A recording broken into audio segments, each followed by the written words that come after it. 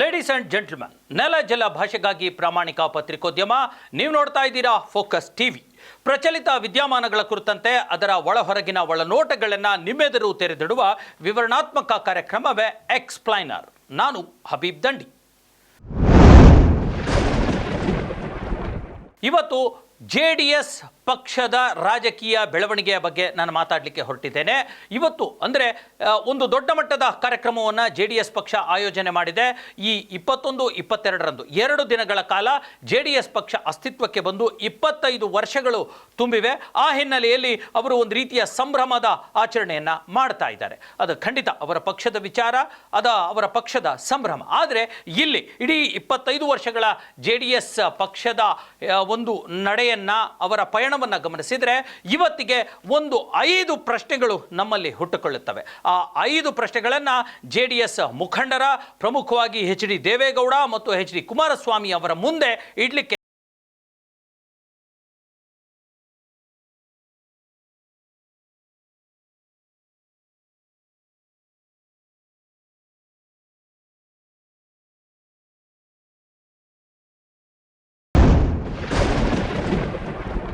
JDS ಪಕ್ಷ ಅಂತಂದರೆ ಅದರ ಹೆಸರಲ್ಲೇ ಇರೋ ಹಾಗೆ ಜಾತ್ಯತೀತ ಜನತಾ ದಳ ಸೆಕ್ಯುಲರ್ ಅನ್ನುವಂಥದ್ದು.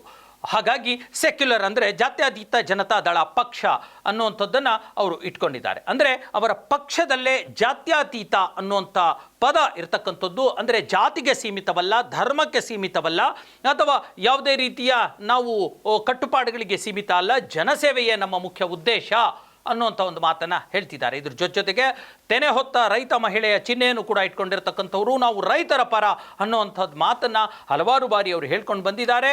ಹಾಗಾಗಿ ಇದು ಜಾತ್ಯತೀತ ಜನತಾ ದಳದ ಒಂದು ವಿಮರ್ಶೆ ಅಥವಾ ವಿಶ್ಲೇಷಣೆ ಅಂತ ಅಂದರೂ ನೀವು ಅಂದ್ಕೋಬಹುದು.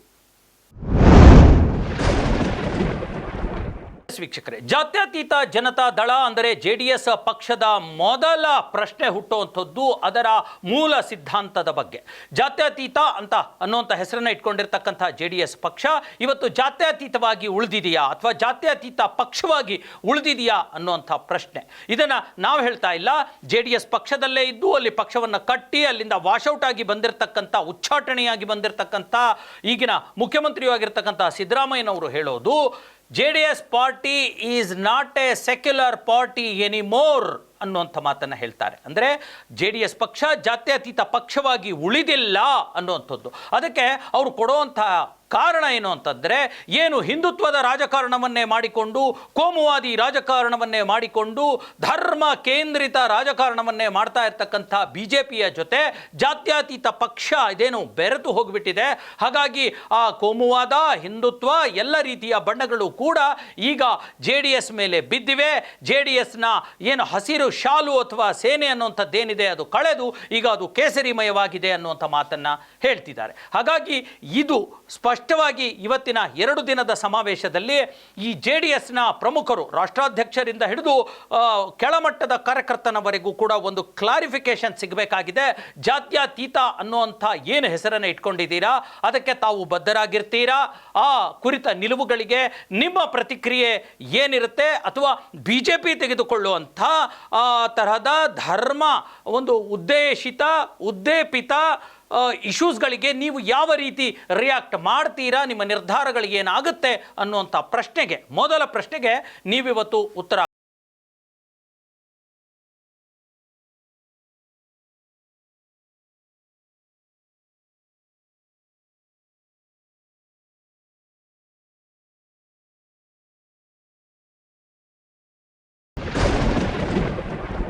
JDS ಪಕ್ಷಕ್ಕೆ ಅದರ ನಾಯಕರ ಮೇಲೆ ಹುಟ್ಟಿಕೊಳ್ಳುವಂಥ 2ನೇ ದೊಡ್ಡ ಪ್ರಶ್ನೆ ಅಂತಂದರೆ, JDS ಪಕ್ಷ ಆಗಿರಲಿ ಅಥವಾ ಅದರ ನಾಯಕರ ಬೆನ್ನಿಗೆ ಆಗಿರಲಿ, ಅಲ್ಪಸಂಖ್ಯಾತ ಮತಗಳು ತುಂಬ ನಿರ್ಣಾಯಕ ಪಾತ್ರವನ್ನು ವಹಿಸಿದ್ದವು.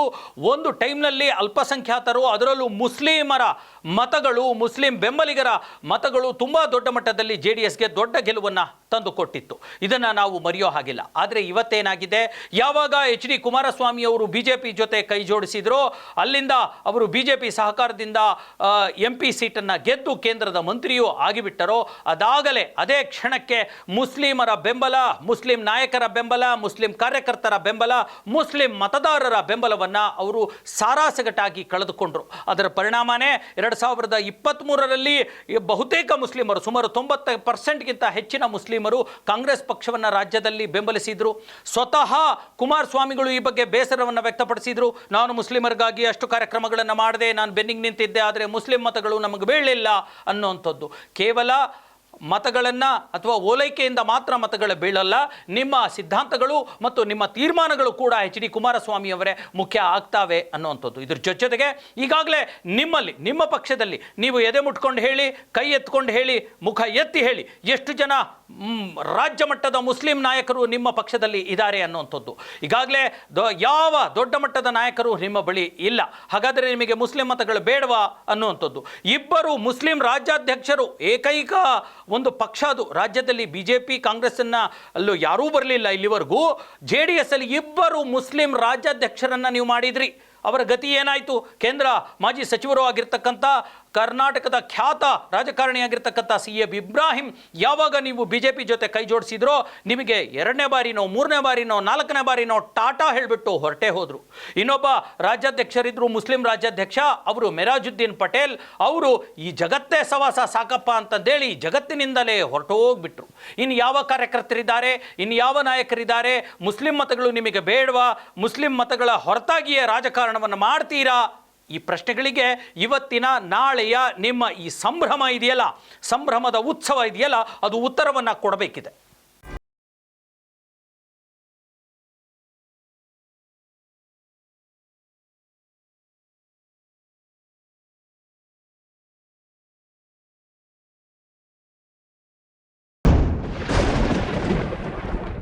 JDS ಪಕ್ಷದ ಚಿಹ್ನೆಯನ್ನು ನಾವು ಈಗ ಚರ್ಚೆಗೆ ಇಡು ಮಾಡೋಣ.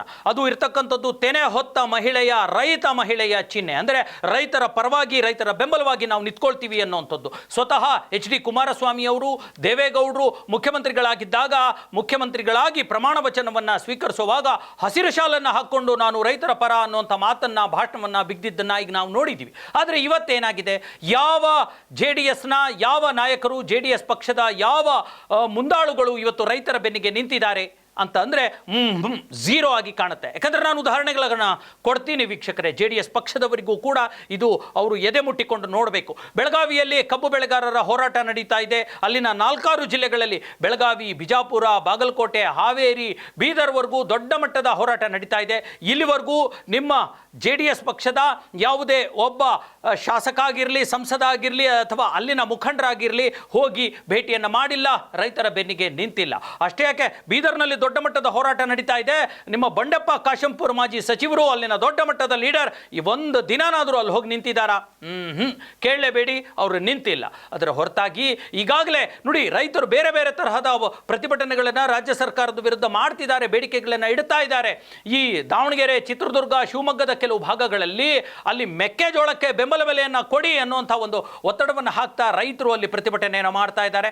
ಈ ಕಡೆ ವಿಜಯನಗರ, ಬಳ್ಳಾರಿ, ಯಾದಗಿರಿ, ರಾಯಚೂರು, ಕೊಪ್ಪಳ ಈ ಜಿಲ್ಲೆಗಳಲ್ಲಿ ಈ TB ಡ್ಯಾಮ್ನಿಂದ, ಹೊಸಪೇಟೆಯಲ್ಲಿರ್ತಕ್ಕಂಥ TB ಡ್ಯಾಮ್ನಿಂದ ನಮಗೆ 2ನೇ ಬೆಳೆಗೆ ನೀರು ಕೊಡಿ ಅನ್ನುವಂಥ ಒತ್ತಾಯವನ್ನು ಮಾಡಿ ಅಲ್ಲಿ ದೊಡ್ಡ ಮಟ್ಟದ ಹೋರಾಟವನ್ನು ಮಾಡ್ತಿದ್ದಾರೆ. ಅದೇ ಬಾಗಲಕೋಟೆಯಲ್ಲಿ ಮತ್ತೆ ಈ ಬಾಗಲಕೋಟೆ, ವಿಜಯಪುರ ಅಲ್ಲಿ ಮತ್ತೆ ರೈತರ ಕಬ್ಬಿನ ಬೆಂಬಲ ಬೆಲೆಯ ಗಲಾಟೆ ಇದೆ. ಅದ್ರ ಜೊತೆಗೆ ಗೋವಿನ ಜೋಳಕ್ಕೆ ಬೆಂಬಲ ಬೆಲೆಯನ್ನು ಕೊಡಿ ಅನ್ನುವಂಥ ಒಂದು ಮಾತನ್ನು ಹೇಳ್ತಿದ್ದಾರೆ.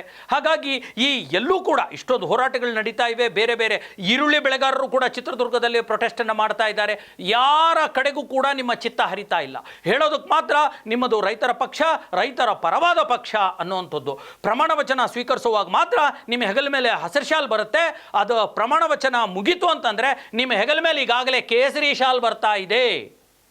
ಇದು ರಾಜ್ಯದ ಜನ, ರಾಜ್ಯದ ರೈತರು ನೋಡ್ತಾ ಇದ್ದಾರೆ ಅನ್ನುವಂಥದ್ದು. ಅಷ್ಟೇ ಏಕೆ ಕುಮಾರಸ್ವಾಮಿಗಳೇ, ನಿಮ್ಮ JDSನ ಭದ್ರಕೋಟೆ ಆಗಿರ್ತಕ್ಕಂಥ ಹಾಸನ, ಮಂಡ್ಯ ಈ ಭಾಗದಲ್ಲಿ ರೈತರಿಗೆ ಯಾವ ಒಂದು ಹೆಲ್ಪನ್ನು ನೀವು ಮಾಡ್ತಾ ಇದ್ದೀರಾ? ಮಂಡ್ಯದಲ್ಲಿ 5 ಸಕ್ಕರೆ ಕಾರ್ಖಾನೆಗಳಿವೆ, ಅದರ ಸ್ಥಿತಿ ಏನಿದೆ ಅಂತ ನೋಡಿದ್ದೀರಾ? ಮಂಡ್ಯದ ಖ್ಯಾತ ಮೈ ಶುಗರ್ಸ್ ಕಾರ್ಖಾನೆ ಯಾವ ಪರಿಸ್ಥಿತಿಯಲ್ಲಿದೆ? ಅದು ನಿಮಗೆ ಬೇಕಾಗಿಲ್ವಾ? ಉತ್ತರ ಕರ್ನಾಟಕದ ಹೋರಾಟ ಬೇಡ, ಬಿಟ್ಬಿಡಿ, ಪಾಪ ನೀವಲ್ಲಿ ಹೋಗೋಕ್ಕಾಗೋದಿಲ್ಲ ಅಂದರೆ ದಕ್ಷಿಣ ಕರ್ನಾಟಕದ ಓಲ್ಡ್ ಮೈಸೂರು ಭಾಗದ ಒಂದು ಸಕ್ಕರೆ ಕಾರ್ಖಾನೆಗಳ ಬಗ್ಗೆನೇ, ಕಬ್ಬು ಬೆಳೆಗಾರರ ಬಗ್ಗೆನೇ, ಕಬ್ಬಿನ ರೈತ ರೈತರ ಬಗ್ಗೆನೇ ನೀವು ಗಮನ ಹರಿಸ್ತಿಲ್ಲ ಅಂತಂದರೆ ಅದು ಯಾವ ರೀತಿ ರಾಜಕಾರಣ ಮಾಡ್ತಿದ್ದೀರಿ? ಅದು ಯಾವ ಹೆಮ್ಮೆಯಿಂದ ನೀವು JDS ಪಕ್ಷದವರು ನಾವು ರೈತರ ಪರವಾಗಿರ್ತಕ್ಕಂಥ ಕಾರ್ಯಕರ್ತರು, ನಮ್ಮದು ಪಕ್ಷ, ನಮ್ಮದು ತೆನೆ ಹೊತ್ತ ರೈತ ಮಹಿಳೆ ಅಂತ ಹೇಳ್ಕೊಳ್ತೀರಾ? ಮಾಜಿ ಪ್ರಧಾನಿಗಳಾಗಿರ್ತಕ್ಕಂಥ HD ದೇವೇಗೌಡರಿಂದ ಹಿಡಿದು ಕುಮಾರಸ್ವಾಮಿಗಳು ಮತ್ತು ಮೂರನೇ ಹಂತದ ನಾಯಕರಿಂದ ಹಿಡಿದು ಎಲ್ಲರೂ ಕೂಡ ಈ ಪ್ರಶ್ನೆಗೆ ಉತ್ತರವನ್ನು ಕೊಡಬೇಕಿದೆ.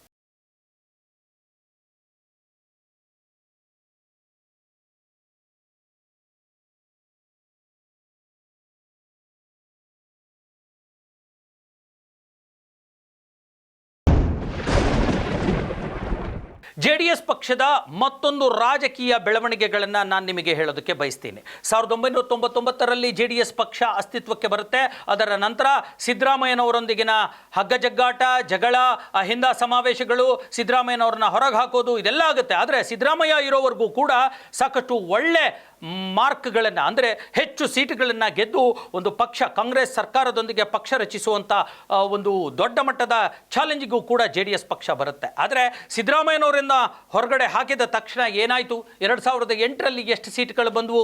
ಕಡಿಮೆ ಆಯಿತು. ಅಂದರೆ ಸಿದ್ದರಾಮಯ್ಯನವರಿದ್ದಾಗ ಎಷ್ಟು ಸೀಟ್ ಗೆದ್ದಿದ್ರು ಅದಕ್ಕಿಂತ ಸಾಕಷ್ಟು ಕಡಿಮೆ ಸೀಟುಗಳನ್ನು, 30 ಚಿಲ್ಲರೆ ಸೀಟುಗಳನ್ನು ಗೆದ್ರಿ. 2013ರ ಚುನಾವಣೆಯಲ್ಲೂ ಕೂಡ ನೀವು ಅದರ ಆಸ್ಪಾಸಿನಲ್ಲೇ ಇದ್ರಿ. 2018ರಲ್ಲಿ ಬಹಳ ಇನ್ನೂ ಕಡಿಮೆಯಾಗಿ 20+ ಸೀಟ್ಗಳಿಗೆ ಬಂದ್ರಿ. 2023ರ ಚುನಾವಣೆಯಲ್ಲಿ ಎಷ್ಟಕ್ಕೆ ಬಂದ್ರಿ? 18 ಸೀಟುಗಳಿಗೆ ಬಂದು ನಿಂತ್ಕೊಂಡಿದ್ದೀರಾ. ನಾನು ಹೇಳಲ್ಲ ಈ ಮಾತನ್ನು. ಒಂದು ಮಾತನ್ನು ರಾಜ್ಯದ KPCC ಅಧ್ಯಕ್ಷರಾಗಿರ್ತಕ್ಕಂಥ DK ಶಿವಕುಮಾರ್ ಹೇಳ್ತಾರೆ, ಈಗ 18 ಇದ್ದಾರೆ ಅವರು, ಮುಂದಿನ ಚುನಾವಣೆಯಲ್ಲಿ 2028ಕ್ಕೆ 8ಕ್ಕೆ ಬರ್ತಾರೆ, ನೋಡ್ತಾ ಇರಿ ಅನ್ನೋವಂಥದ್ದು. ಈ ಏರಿಳಿತಾ ಇದೆಯಲ್ಲ, ಏರು ಇಲ್ವೇ ಇಲ್ಲ, ಈ ಇಳಿತಾ ಇದೆಯಲ್ಲ, ಇದ್ರ ಬಗ್ಗೆ ನೀವು ಯಾವತ್ತಾದರೂ ಗಮನ ಹರಿಸಿದ್ದೀರಾ? ಎಲ್ಲಿ ತಪ್ಪಾಗ್ತಾ ಇದೆ? ಯಾಕೆ ತಪ್ಪಾಗ್ತಾ ಇದೆ? ನಾವು ತಿದ್ಕೋಬೇಕಾ? ಪಕ್ಷದ ನಾಯಕರು ಪ್ರಮುಖವಾಗಿ ತಿದ್ಕೋಬೇಕಾ? ನಾವು ಇನ್ನಷ್ಟು ಸೀಟುಗಳನ್ನು ಗೆದ್ದು ರಾಜ್ಯಕ್ಕೆ ಒಂದು ಪ್ರಬಲ ಪ್ರಾದೇಶಿಕ ಪಕ್ಷವನ್ನು ಕೊಡಬೇಕಾ ಅನ್ನುವಂಥ ಒಂದು ಚಿಂತನೆ ನೀವು ಮಾಡಬೇಕಾಗಿದೆ. ಈ ಬಗ್ಗೆ ಈ ಕುರಿತ ಈ ಒಂದು 4ನೇ ಪ್ರಶ್ನೆಗೆ JDS ಪಕ್ಷ ಉತ್ತರವನ್ನು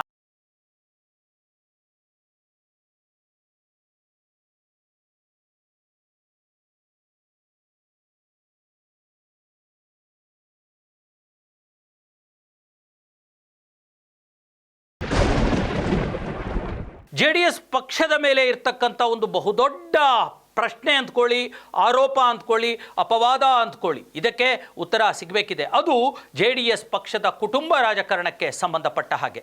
ಬಹುತೇಕ ಇದು ಬಗಲಲ್ಲಿ ಮುಳ್ಳು ಚುಚ್ಚಿದ ಹಾಗಾಗುತ್ತೋ ಏನೋ ಗೊತ್ತಿಲ್ಲ JDS ಪಕ್ಷಕ್ಕೆ ಮತ್ತು ಅವರ ನಾಯಕರಿಗೆ. ಆದರೆ ಸಾರ್ವಜನಿಕವಾಗಿ ಕಂಡುಬರ್ತಾ ಇರತಕ್ಕಂಥದ್ದು ಇದು ಸುಸ್ಪಷ್ಟ.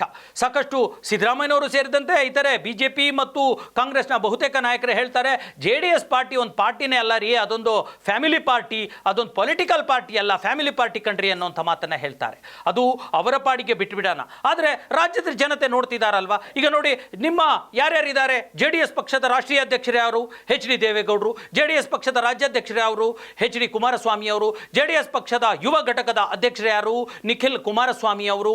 JDS ಪಕ್ಷದ ಮಾಜಿ MP ಯಾರು? ಪ್ರಜ್ವಲ್ ರೇವಣ್ಣ ಅವರು. JDS ಪಕ್ಷದ ಖ್ಯಾತ ಶಾಸಕರು ಯಾರು? HD ರೇವಣ್ಣ ಅವರು. ಜೊತೆಗೆ ಅವರ ಇನ್ನೊಬ್ಬ ಮಗನೂ ಕೂಡ MLCನೇ. ಅದಲ್ಲದೆ ಕುಮಾರಸ್ವಾಮಿ ಅವರ ಶ್ರೀಮತಿ ಅವರು ಕೂಡ 2-3 ಬಾರಿ MLA ಆಗಿದ್ದಂಥವರು ಅನಿತಾ ಕುಮಾರಸ್ವಾಮಿ ಅವರು. ಭವಾನಿ ರೇವಣ್ಣ ಅವರು ಕೂಡ ರಾಜಕಾರಣದಲ್ಲಿ ತೊಡಗಿಸ್ಕೊಂಡಿರ್ತಕ್ಕಂಥದ್ದು. ಅದಲ್ಲದೆ HD ದೇವೇಗೌಡ ಅವರ ಅಳಿಯರು ಕೂಡ ಆಗಿರ್ತಕ್ಕಂಥ ಜಯದೇವ ಆಸ್ಪತ್ರೆಯಲ್ಲಿ ಕೆಲಸ ಮಾಡಿದ್ದಂತಹ ಡಾಕ್ಟರ್ ಮಂಜುನಾಥ್ ಅವರು ಇದೇ JDS ಪಕ್ಷದ ಬೆಂಬಲದೊಂದಿಗೆ ಬೆಂಗಳೂರು ಗ್ರಾಮಾಂತರ ಸಂಸದ ಕ್ಷೇತ್ರದಲ್ಲಿ ಸಂಸದರಾಗಿರ್ತಕ್ಕಂಥದ್ದು. ಅದಲ್ಲದೆ ತಮ್ಮೇಗೌಡರು, ನಿಮ್ಮ ನೆಂಟರು, ಎಲ್ಲರೂ ಕೂಡ JDS ಪಕ್ಷದಲ್ಲಿರ್ತಕ್ಕಂಥ ಬಹುತೇಕ MLA MP ಗಳು ಸ್ಥಾನವನ್ನು ಅಲಂಕರಿಸಿರೋರು ಎಲ್ಲರೂ ಕೂಡ ನಿಮ್ಮ ಕುಟುಂಬದವರೇ. ಆದರೆ ಹೆಂಗೆ ಅಂದರೆ ಈ ಕಾಂಗ್ರೆಸ್ನವರು BJPಯವರು ಹೇಳ್ತಾರಲ್ಲ ಅದೊಂದು ಫ್ಯಾಮಿಲಿ ಪಾರ್ಟಿ ಅಂತ, ಅದು ಹಂಗೇನಾ? ಇದಕ್ಕೆ ಉತ್ತರ ಕೊಡಬೇಕಲ್ವಾ? ರಾಜ್ಯದ ಜನ ಕೇಳ್ತಾರಲ್ವಾ? JDS ಪಕ್ಷದ ಕೆಳಮಟ್ಟದ ನಾಯಕನಿಗೆ, ಕೆಳಮಟ್ಟದ ಕಾರ್ಯಕರ್ತನಿಗೆ ಈ ಪ್ರಶ್ನೆ ಬರುತ್ತೆ ಅಲ್ವಾ? ನೀವು ಬೇರೆ ಪಾರ್ಟಿಯವರಿಗೆ ಆನ್ಸರ್ ಮಾಡಲೇಬೇಡಿ, ಬಿಟ್ಬಿಡಿ. ಆದರೆ JDS ಪಕ್ಷಕ್ಕೆ ದಶಕಗಟ್ಟಲೆ, ವರ್ಷಗಟ್ಟಲೆ ದುಡಿತಾ ಇರ್ತಕ್ಕಂಥ ಕಾರ್ಯಕರ್ತನಿಗೆ ಏನು ಉತ್ತರ ಕೊಡ್ತೀರಿ? ಯಾಕಂದರೆ ಇದರ ಪ್ರತಿಫಲವನ್ನು ಈಗಾಗಲೇ ನೀವು ಉಂಡಿದ್ದೀರಿ. ಯಾಕಂದರೆ ಕಳೆದ 25 ವರ್ಷಗಳಿಂದ ಸುಮಾರು ಒಂದು 50ಕ್ಕೂ ಹೆಚ್ಚು ದೊಡ್ಡ ಮಟ್ಟದ ನಾಯಕರು, ಸಿದ್ದರಾಮಯ್ಯನವರಿಂದ ಹಿಡಿದು ಮೊನ್ನೆ ಆ ಪಕ್ಷವನ್ನು ಬಿಟ್ಟಿರ್ತಕ್ಕಂಥ ಚಿಕ್ಕ ಪುಟ್ಟ ನಾಯಕರವರೆಗೂ ಕೂಡ, ನಮ್ಮ ಕೋನ್ ರೆಡ್ಡಿವರೆಗೂ ಕೂಡ ಒಂದು 50 ಜನ ನಾಯಕರು ಬಿಟ್ಟು ಹೋಗಿದ್ದಾರೆ. ಇದು ನೀವು ಕಳೆದುಕೊಳ್ಳುವಂಥ, ನಿಮಗೆ ಸ್ಟ್ರೆಂತ್ ವೀಕ್ ಆಗ್ತಾ ಇರೋದಲ್ವಾ? ಇದಕ್ಕೇನಾದರೂ ಉತ್ತರ ಕೊಡ್ತೀರಾ ಎಚ್ ಡಿ ಕುಮಾರಸ್ವಾಮಿ ಅವರೇ, ಎಚ್ ಡಿ ರೇವಣ್ಣ ಅವರೇ ಮತ್ತು ಎಚ್ ಡಿ ದೇವೇಗೌಡರೇ? JDS ಪಕ್ಷ ಫ್ಯಾಮಿಲಿ ಪಕ್ಷ ಅಲ್ಲ ಅನ್ನುವಂಥದ್ದನ್ನು ಪ್ರೂವ್ ಮಾಡಲಿಕ್ಕೆ ಏನಾದರೂ ನಿಮ್ಮಲ್ಲಿ ದೊಡ್ಡ ಮಟ್ಟದ ಉದಾಹರಣೆಗಳು ಇದ್ದಾವ? ಇದು ನನ್ನ 5ನೇ ಪ್ರಶ್ನೆ. ಇದು ನನ್ನ ಪ್ರಶ್ನೆ ಅಲ್ಲ.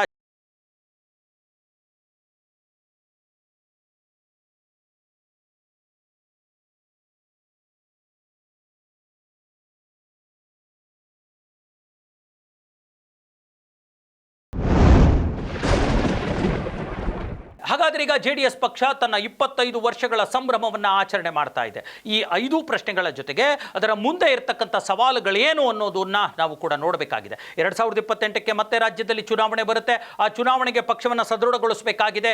ಹಾಗಾಗಿ ತನ್ನ ಎಲ್ಲ ಅಪವಾದಗಳನ್ನು JDS ಕಳ್ಕೋಬೇಕಾಗಿದೆ. ಇದು ಕುಟುಂಬ ರಾಜಕಾರಣದ ಪಕ್ಷ ಅಲ್ಲ ಅನ್ನೋಂಥದ್ದನ್ನು ಹೇಳಬೇಕಾಗಿದೆ. ಇನ್ನೊಂದು ಆರೋಪ ಇದೆ, ಇದು ಕೇವಲ ಈಗ ಸದ್ಯಕ್ಕೆ ಓಲ್ಡ್ ಮೈಸೂರು ಭಾಗಕ್ಕಷ್ಟೇ ಸೀಮಿತ ಆಗ್ತಿರ್ತಕ್ಕಂಥ ಪಕ್ಷ, ಉತ್ತರ ಕರ್ನಾಟಕದಲ್ಲಿ ಅಸ್ತಿತ್ವವನ್ನು ಕಳೆದುಕೊಳ್ತಿದೆ ಅನ್ನುವಂಥ ಆರೋಪ ಇದೆ. ಅದಕ್ಕೂ ಕೂಡ ಅದು ಉತ್ತರವನ್ನು ಕೊಡಬೇಕಾಗಿದೆ. ಇದಲ್ಲದೆ ಈಗಾಗಲೇ JDS ಪಕ್ಷದಲ್ಲೇ ಇರತಕ್ಕಂಥ GT ದೇವೇಗೌಡ ಮುಂತಾದ ಮತ್ತಷ್ಟು ನಾಯಕರು ಸಾಕಷ್ಟು ಗೊಂದಲದಲ್ಲಿದ್ದಾರೆ, ಬೇಸರಗೊಂಡಿದ್ದಾರೆ, ನಿಮ್ಮಿಂದ ಮುನಿಸಿಕೊಂಡಿದ್ದಾರೆ. ಅಂಥವರನ್ನ ಅವರ ಮನವೊಲಿಸಿ ವಾಪಸ್ ಕರ್ಕೊಂಡು ಬರಬೇಕಾಗಿರ್ತಕ್ಕಂಥ ಒಂದು ಸಮಸ್ಯೆ ಕೂಡ ಒಂದು ದೊಡ್ಡ ಮಟ್ಟದ ಚಾಲೆಂಜ್ ಇದೆ. ಇದಲ್ಲದೆ ನಿಮ್ಮ JDS ಪಕ್ಷಕ್ಕೆ ದೊಡ್ಡ ಹೊಡೆತವನ್ನು ಕೊಟ್ಟಿರ್ತಕ್ಕಂಥದ್ದು, ನಿಮ್ಮ ಮಾರಲ್ಸ್ ಒಂದು ಎಥಿಕ್ಸ್ಗೆ ಹೊಡೆತ ಕೊಟ್ಟಿರ್ತಕ್ಕಂಥ ನಿಮ್ಮದೇ ಕುಟುಂಬದ ಕುಡಿಯಾಗಿರ್ತಕ್ಕಂಥ ಪ್ರಜ್ವಲ್ ರೇವಣ್ಣ ಹಚ್ಚಿರುವ ಕಿಡಿ ಇದೆಯಲ್ಲ, ಅದು JDS ಪಕ್ಷದ ವರ್ಚಸ್ಸನ್ನೇ ಸುಟ್ಟು ಹಾಕ್ತಾ ಇದೆ. ಆ ಬಗ್ಗೆ ನಾನು ಹೆಚ್ಚು ಮಾತಾಡ್ಲಿಕ್ಕೆ ಹೋಗಲ್ಲ. ಆ ಒಂದು ಏನು ಹಾಳಾಗಿದೆ ವರ್ಚಸ್ಸು, ಆ ವರ್ಚಸ್ಸನ್ನು ಕೂಡ ಮರಳಿ ತರಬೇಕಾಗಿದೆ. ಈ ಎಲ್ಲ ಚಾಲೆಂಜ್ಗಳು ನಿಮ್ಮ ಮುಂದೆ ಇದೆ. ಜೊತೆಗೆ ಇದು ಜಾತ್ಯತೀತ ಪಕ್ಷ.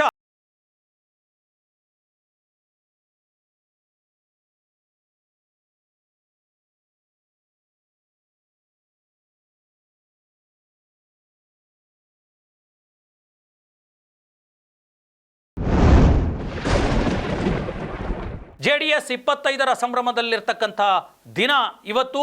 ಈ ಹಂತದಲ್ಲಿ ಅವರ ಎದುರು ಸಾಧ್ಯಾಸಾಧ್ಯತೆಗಳನ್ನು, ಅವರ ಒಳಹೊರಗನ್ನು ನಿಮ್ಮ ಮುಂದೆ ಇಟ್ಟಿದ್ದೇನೆ. ನಾಳೆ ಮತ್ತೊಂದು ವಿಚಾರದೊಂದಿಗೆ ನಿಮ್ಮ ಮುಂದೆ ಬರ್ತೇನೆ. ಅಲ್ಲಿವರೆಗೂ ನೋಡ್ತಾ ಇರಿ ನೆಲ ಜಲ ಭಾಷೆಗಾಗಿ ಪ್ರಾಮಾಣಿಕ ಪತ್ರಿಕೋದ್ಯಮ, ನಿಮ್ಮ